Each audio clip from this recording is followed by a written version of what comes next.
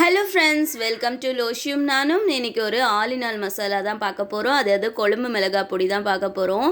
நம்ம வீட்டில் வைக்கிற கொழும்புங்க, அப்புறம் கூட்டு எல்லாத்துக்குமே யூஸ் பண்ணுற மிளகாய் பொடி தான் எப்படி அரைக்கிறதுன்னு பார்க்க போகிறோம். நான் வந்து இன்றைக்கி 1.5 கிலோ சிவப்பு மிளகாய், 1.5 கிலோ தனியா எடுத்திருக்கேன். 1 கிலோ நீட்டு சிவப்பு மிளகாய், 1/2 கிலோ குண்டு சிவப்பு மிளகாய் எடுத்திருக்கேன். 1.5 கிலோ தனியா எடுத்திருக்கேன். ஃபஸ்ட்டு வந்து இது எல்லாத்தையும் பிரித்து தனித்தனியாக காய வச்சுருக்கலாம். ஒரு நாள் காய வச்சா போதும். அதே வந்து நல்லா வந்து கிறிஸ்பியாக ஆகிடும். இப்போ வந்து நம்ம காய வச்சுருக்கிறத எல்லாத்தையும் க்ளீன் பண்ணி எடுத்துக்கணும்.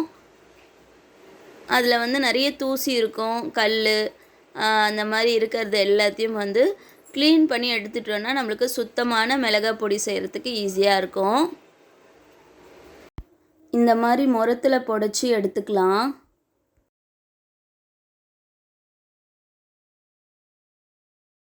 இப்போ தனியா எல்லாத்தையும் புடைச்சி எடுத்தாச்சு. கூடவே வந்து நம்ம மிளகாவிலையும் இருக்க சின்ன சின்ன தூசி இருக்கும், அதே மாதிரி குட்டி குட்டி கல் அந்த மாதிரிலாம் இருக்கும் இல்லையா, அதெல்லாம் எடுத்துகிட்டு அப்படியே வந்து ஒரு பக்கெட்டில் நான் வந்து எல்லாத்தையும் போட்டு எடுத்துக்க போகிறேன். இப்போ நல்லா ஒரு நாள் காஞ்ச உடனே நம்ம மிளகாய் வந்து நல்லா கிறிஸ்பியாக ஆகிடும். அதனால் நம்ம வந்து வறுக்கணுன்னு அவசியம் இல்லை. இதே மழைக்காலம்னா நம்ம வறுத்து வந்து அரைக்கிற மாதிரி இருக்கும், பொடி பண்ணுற மாதிரி இருக்கும். நம்ம இந்த வெயில் காலத்தில் வந்து நம்ம எப்போவுமே வந்து இந்த மாதிரி வெயிலில் நல்லா காய வச்சுட்டு மெஷினில் கொடுத்து அரைச்சோன்னா ரொம்ப ரொம்ப நல்லாயிருக்கும். எல்லா குழம்புமே வந்து சூப்பர் டேஸ்ட்டாக இருக்கும். இது கூட நான் வந்து கொஞ்சம் மசாலா எல்லாமே ஆட் பண்ணிக்க போகிறேன். அதெல்லாம் என்னென்ன மசாலான்னு பாருங்கள். இப்போ வந்து ஒரு அகலமான பேன் எடுத்துக்கங்க. நான் சின்ன பேனை எடுத்துட்டேன். ஒரு அகலமான பேன் எடுத்துகிட்டு 100 கிராம் அரிசி, அதாவது புழுங்கல் அரிசி சமைப்போம் இல்லையா, அந்த அரிசி 100 கிராம் எடுத்திருக்கேன். அது கொஞ்ச நேரம் வறுத்துட்டு கூடவே வந்து 100 கிராம் கடலைப்பருப்பு, 100 கிராம் தோரம் பருப்பு,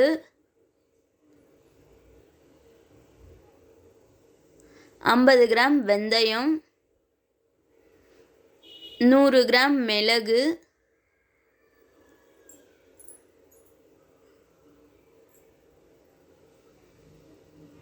100 கிராம் சீரகம்,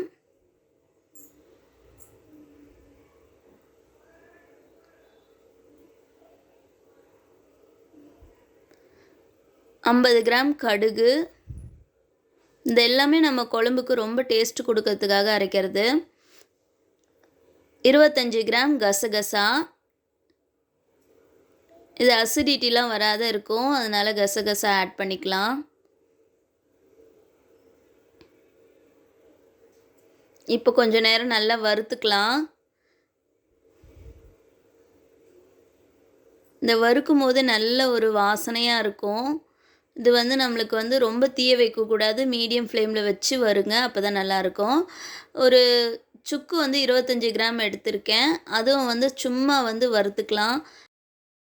சுக்கு சேர்த்தோன்னா வந்து கேஸ்ட்ரிக் ப்ராப்ளம்லாம் வராது, அதனால் சுக்கு சேர்த்துக்கணும். நான் 150 மஞ்சள் கிழங்கு சேர்த்துக்கிறேன். மஞ்சள் கிழங்கு வந்து நம்மளுக்கு நோய் எதிர்ப்பு சக்திக்கெலாம் இது உதவும். ஸோ அதே போல் நம்ம குழம்பும் வந்து நல்லா வந்து கலர் கொடுக்கும். அவ்வளோதான், நம்ம எல்லா மசாலாவும் சேர்த்தாச்சு. இது எல்லாத்தையுமே வந்து நம்ம மிளகாய் தனியா சேர்த்து வச்சுருக்கோம் இல்லையா ஒரு பக்கெட்டில், அதில் வந்து இதை ஆட் பண்ணிக்கலாம். அவ்வளோதான், இது எல்லாத்தையும் ஆட் பண்ணியாச்சு. இது அப்படியே எடுத்துகிட்டு போய் மெஷினில் கொடுத்து அரைச்சி எடுத்துகிட்டு வந்துடலாம்.